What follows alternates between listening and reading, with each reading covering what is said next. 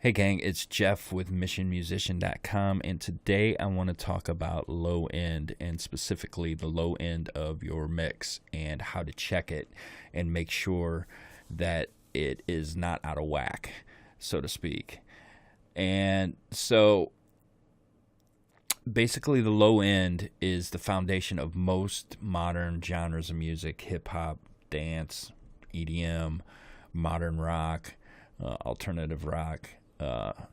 So we want to make sure that that foundation is solid and tight and not boomy or flabby or muddy.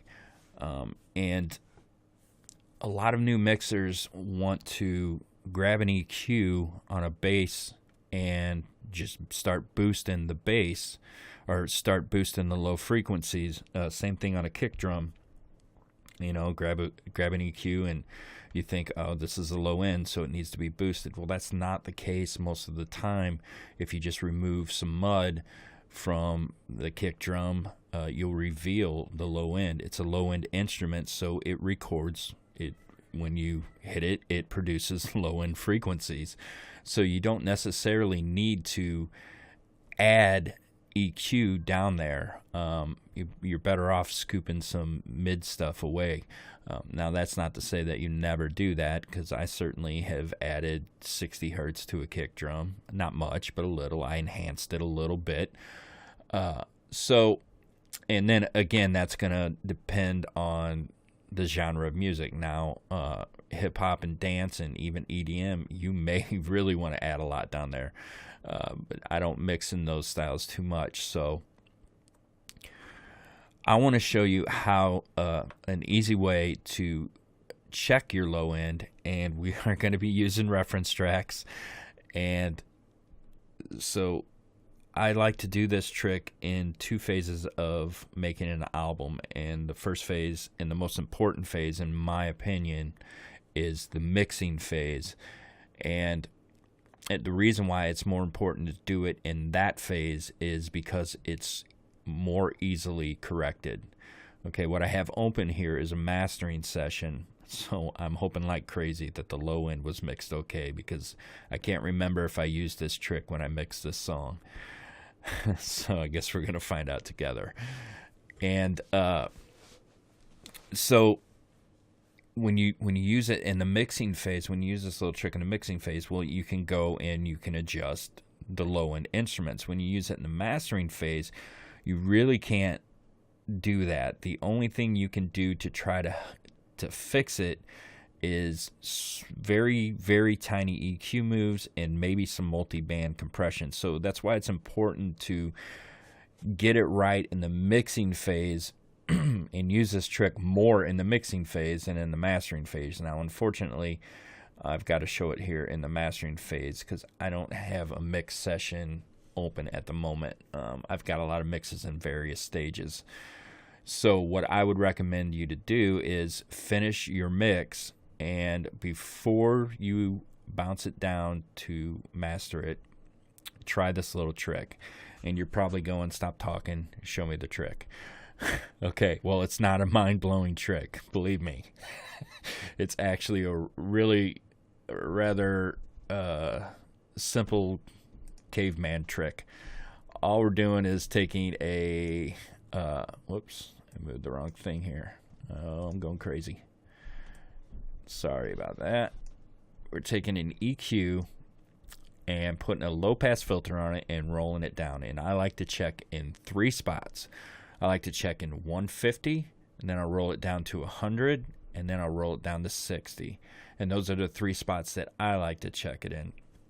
Now, if you're doing EDM or I don't know, hip hop or dance or whatever, you may want to roll it all the way down to 30, because a lot of those low kicks live down in that area.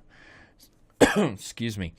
So I'm going to play the reference track and listen to it, and then this is a mixed track up here. The one titled Collide is a mixed track that I mix, and I'm going to compare these two at 150 and then 100 and then 60. So let's listen really quick.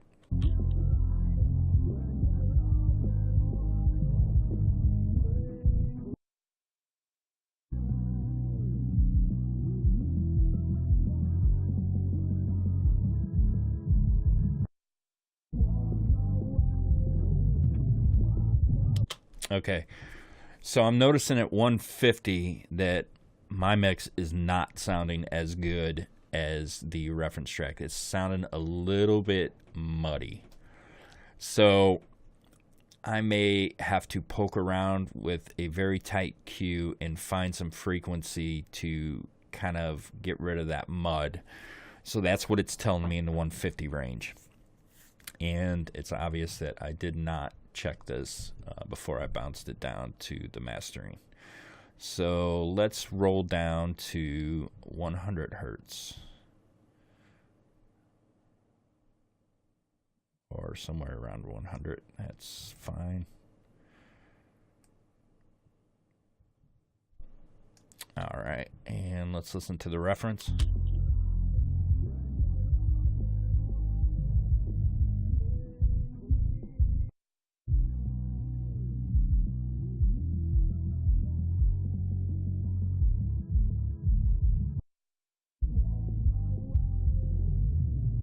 And that actually sounds pretty good to me. It sounds pretty close. So let's roll down to 60.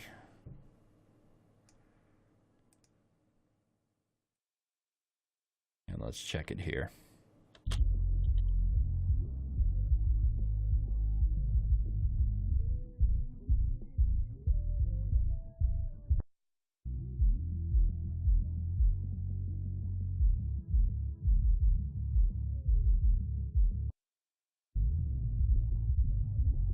And that sounds pretty good to me as well. So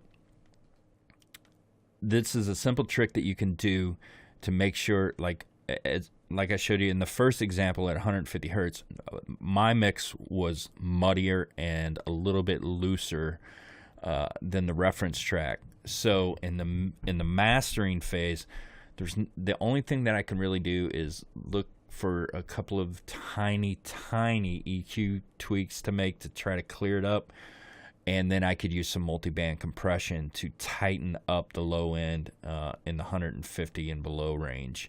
A multiband compressor is good for that. So there you have it. A real quick way to check your low end. Hope this has been helpful to you, and I will see you in another video. Thanks for watching.